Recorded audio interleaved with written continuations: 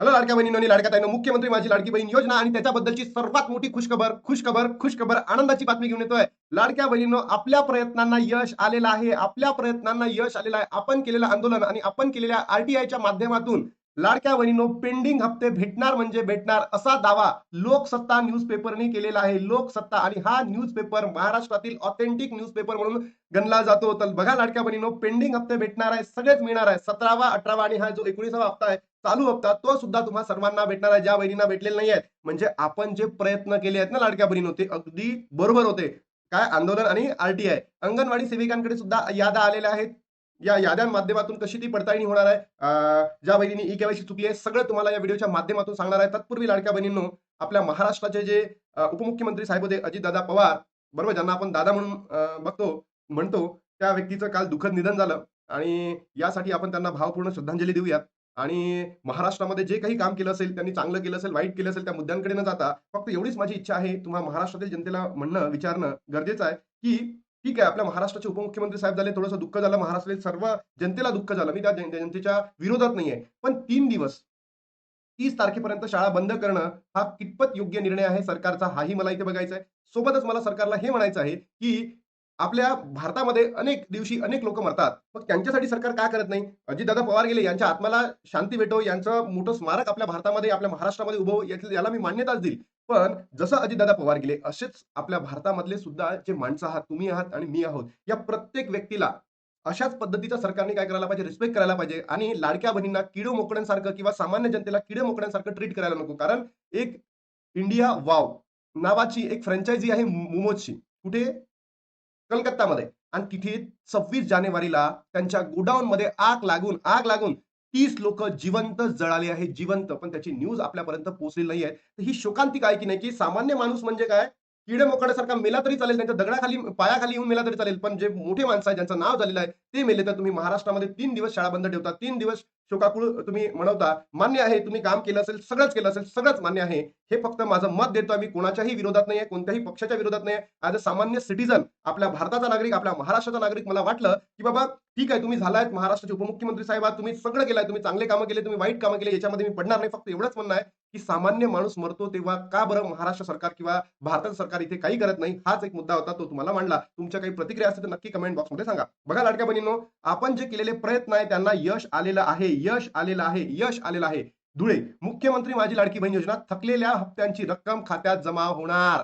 बघा लाडक्या बहिणींनो, थकलेल्या हप्त्याची रक्कम जमा होणार आहे. म्हणजेच आपल्यासाठी खुश खबर आलेली आहे, खुश खबर आलेली आहे. जिल्ह्यात ऑनलाईन अर्ज प्रक्रियेदरम्यान अनेक महिलांनी केवायसी करताना चुकून चुकीचा पर्याय निवडला गेलेला आहे. परिणामी अनेक अर्ज पेंडिंग आणि रिजेक्ट झालेले आहेत. बघा न्यूज बघा.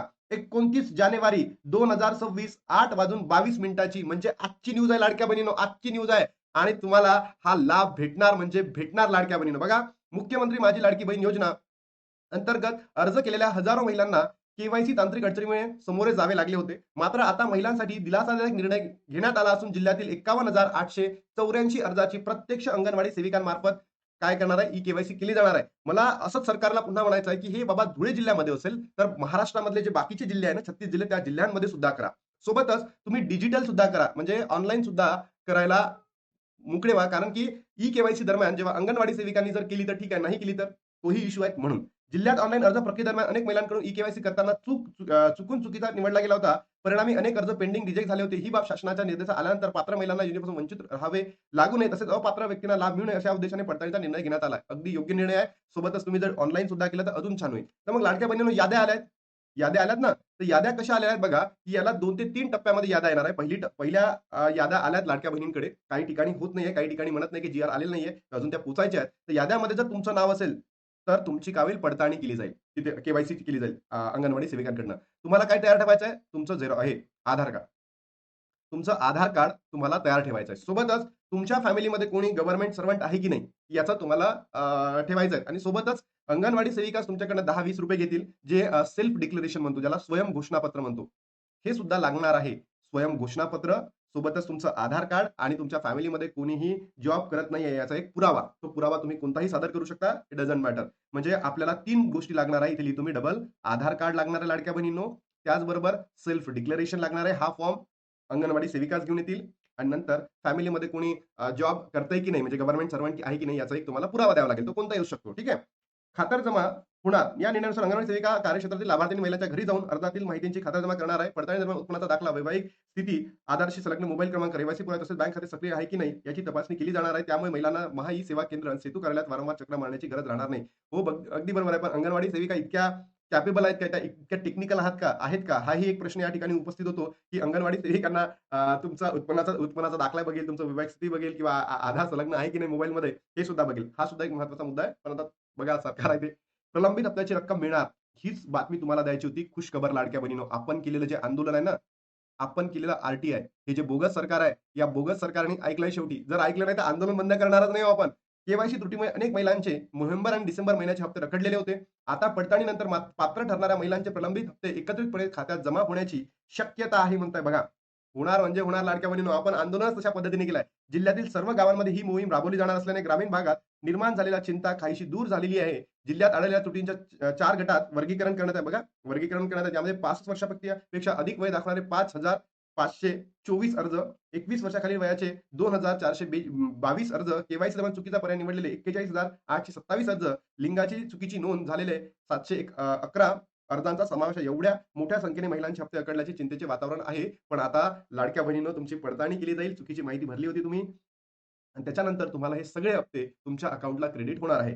ई-केवायसी दरम्यान विचारण्यात आलेल्या तुम्ही सरकारी नोकरीत आहात का? किंवा उत्पन्न 2.5 लाखापेक्षा अधिक आहे का? अशा प्रश्नांना उत्तर देताना अनेक महिलांकडून चुकीचे बटन दाबण्यात आले होते किंवा जो ऑप्शन होता तो चुकीच्या पद्धतीने निवडण्यात आला होता. प्रत्यक्ष पडताळणीमुळे हा गोंधळ दूर होणार असून कोणावरही अन्याय होणार नसल्याचे प्रशासनाचे स्पष्ट केलेले आहे. कुणावरही अन्याय होणार नाहीये. दरम्यान जिल्हा परिषदेच्या निवडणुकीच्या पार्श्वभूमीवर पात्र महिलांचे रखडलेले हप्ते मतदानापूर्वी जमा करण्याचा शासनाचा मानस असल्याचे सूत्रांकडून सांगण्यात आलेले आहे.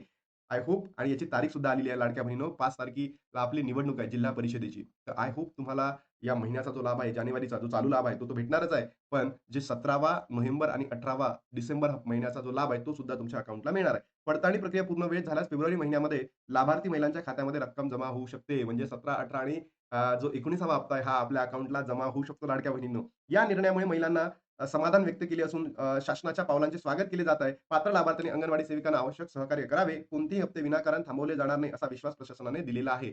पण इथे मला एवढंच म्हणायचं आहे, की सरकारवर जोपर्यंत पैसे जमा होत नाही आपल्या अकाउंटला, तोपर्यंत आपण सरकारवर विश्वास डोळे झाकून करू शकत नाही. कारण हे सरकार बोगस आहे. नालायक आहे. महानालायक सरकार आहे. ढोंगी सरकार आहे. बोगस आहे. 17वा 18 हप्ता भेटणार का? येस लाडक्या बहिणीनो, पेंडिंग हप्ते तुम्हाला मिळणार का? आपण केलेल्या प्रयत्नांना यश आलंय. याद्या सुद्धा आलेल्या आहेत. जर तुमचं या पहिल्या स्टेजमध्ये यादीमध्ये नाव नसेल तर घाबरू नका. सेकंड यादीमध्ये तुमचं नाव येईल. काही हरकत नाही. आणि अंगणवाडी सेविकांनी हे केलेलं आहे. तुर्तास सुरुवात केलेली आहे. काही ठिकाणी झाली असेल किंवा काही ठिकाणी नसेल झाली. तर पुन्हा एकदा मी दादा गेलेत यासाठी महाराष्ट्र हळवळला आहे. तर दादाच्या आत्म्याला शांती लाभो एवढीच मी ईश्वरचरणी प्रार्थना करतो आणि दादांना एक नवीन लवकरात दादांचे जे स्वप्न होतं, की महाराष्ट्राला डेव्हलप बनवायचं आहे, तर याच्या हिशोबाने आपल्या महाराष्ट्र सरकारने त्या उपाययोजना कराव्यात आणि दादाच्या स्वप्नांना परिपूर्ण करावं एवढी मागणी मी सरकारकडे पुन्हा करतो. चला तर लाडक्या बहिणी भेटूयात नवीन व्हिडिओमध्ये. तोपर्यंत जय हिंद, जय महाराष्ट्र, जय श्रीराम.